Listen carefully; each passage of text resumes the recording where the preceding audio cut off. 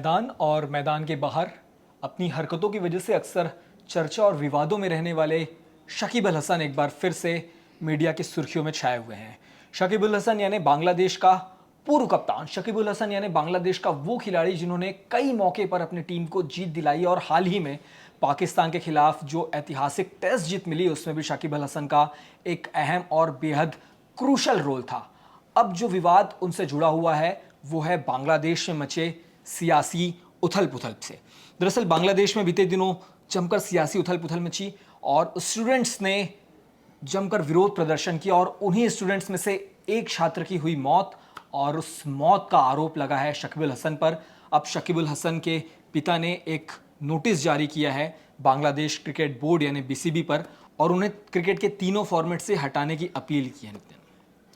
बिल्कुल अंशुल, आप सही कह रहे हैं। और एक तरफ जैसा कि आपने बताया कि शाकिब अल हसन पाकिस्तान में खेल रहे थे, रावलपिंडी में खेल रहे थे, पाकिस्तान के खिलाफ पहला टेस्ट था। और जैसा कि आपने बताया कि शाकिब अल हसन ने करिश्माई वहाँ पर बॉलिंग की दूसरी पारी में, 3 विकेट झटके और पाकिस्तान को घुटनों पर ला दिया, हार के लिए मजबूर किया। पाकिस्तान के खिलाफ बांग्लादेश की टेस्ट में ये पहली जीत दर्ज थी और 10 विकेट से जीत के बाद एक तरफ जहां पूरी बांग्लादेश टीम खुशी में झूम रही होगी तो दूसरी तरफ मुझे ऐसा लगता है कि वो निराश बैठे होंगे शाकिब अल हसन एक कोने में।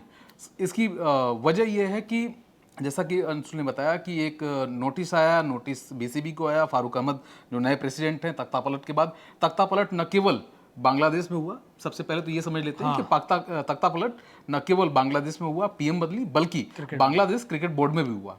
वहां पर एक नए अध्यक्ष बने फारूक अहमद, इसके पहले चीफ सिलेक्टर भी रह चुके हैं। उससे पहले नजमुल थे। तो यहाँ पर क्या हुआ कि उनको नोटिस मिला। नोटिस में यह कहा गया कि भैया ऐसा है कि ये बंदा जो है आपका, मेरे बेटे यानी रूबल नाम था उस लड़के का जिसकी डेथ हुई थी, उसके पिता ने इस्लाम ने जो है एक नोटिस दिया बीसीबी को और कहा कि ऐसा है कि ये जो है मेरे बेटे की डेथ में शामिल हैं, इन पर आरोप है और इनको आप तत्काल प्रभाव से टीम से बाहर करिए, 3 फॉर्मेट से ड्रॉप करिए। कुल मिलाकर 147 लोगों पर उस छात्र की हत्या का आरोप है और उनमें से एक शकीब अल हसन भी है। बिल्कुल। और पीएम शेख हसीना, पूर्व पीएम कह लीजिए, पूर्व पीएम शेख हसीना भी हैं। और इसके बाद सबके कान खड़े हो गए, सभी लोग ये बात करने लगे कि अब क्या होगा।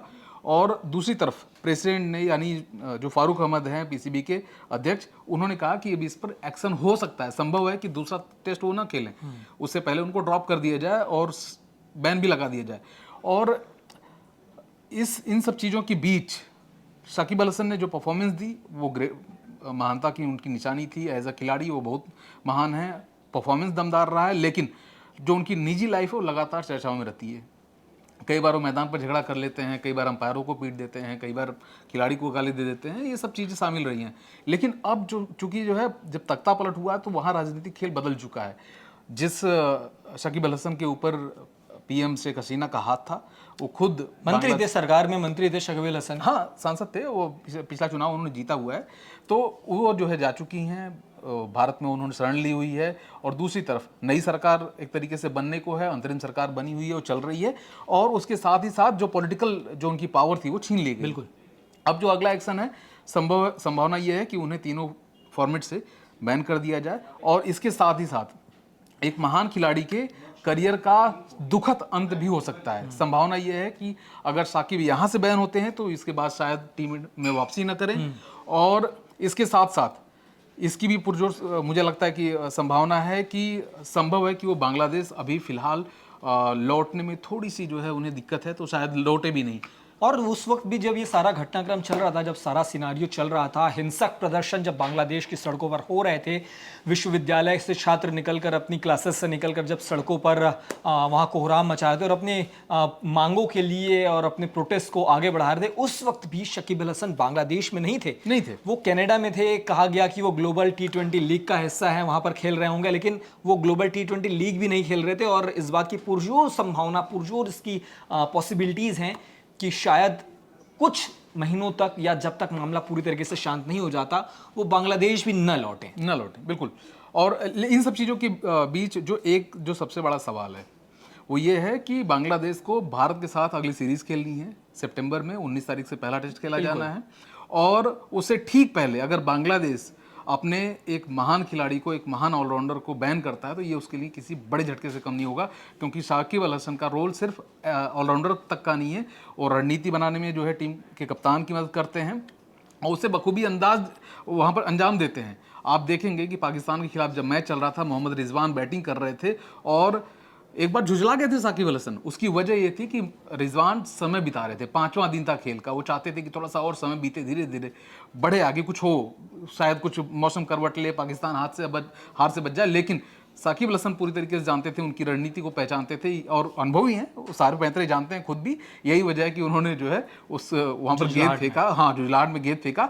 और इन सब चीज़ों के बावजूद एक जो बड़ा झटका है वो साकिब अल हसन के रूप में बांग्लादेश को लगता दिख रहा है। और अगर ऐसा होता है तो भारत के लिए सीरीज थोड़ी आसान होगी, हालांकि मुश्किल वैसे भी नहीं थी, लेकिन बांग्लादेश के लिए थोड़ा बहुत मुश्किल होगी। और बांग्लादेश क्रिकेट के लिए भी जो अच्छा मैसेज जो जाना चाहिए था वो नहीं जाएगा, क्योंकि हम अक्सर ये कहते हैं और ये माना भी जाता है कि खेल को तमाम तरीके की राजनीति से दूर रखना चाहिए। यहाँ पर भारत पाकिस्तान का एग्जाम्पल इस वजह से सेट नहीं हो सकता क्योंकि वो दो अलग अलग देशों के बीच में लड़ाई है। यहाँ पर ये देश का एक आंतरिक मसला है और सिर्फ राजनीति के चलते अगर कोई खिलाड़ी को बैन कर दिया जाए और उससे अगर नुकसान, इससे सफ़र अगर टीम करे, नेशनल टीम करे, तो इससे ज़्यादा दुखदाई और बदकिस्मती किसी भी टीम की, किसी भी देश की क्या होगी।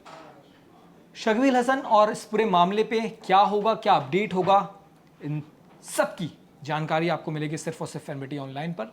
तो अगर आपने अब तक हमारा चैनल सब्सक्राइब नहीं किया है तो फिलहाल वो कर लीजिए, और इस वीडियो पर अगर जो भी आपकी राय है वो देंगे तो हमें बेहतर लगेगा। और इस वीडियो को अपने दोस्त, यार, नाते, रिश्तेदारों से शेयर करना भी ना भूलें। फिलहाल इस वीडियो में इतना ही। मुझे अंशुल को दीजिए इजाज़त, साथ में मेरे थे नित्यानंद और कैमरे के पीछे हैं रोहित। शुक्रिया।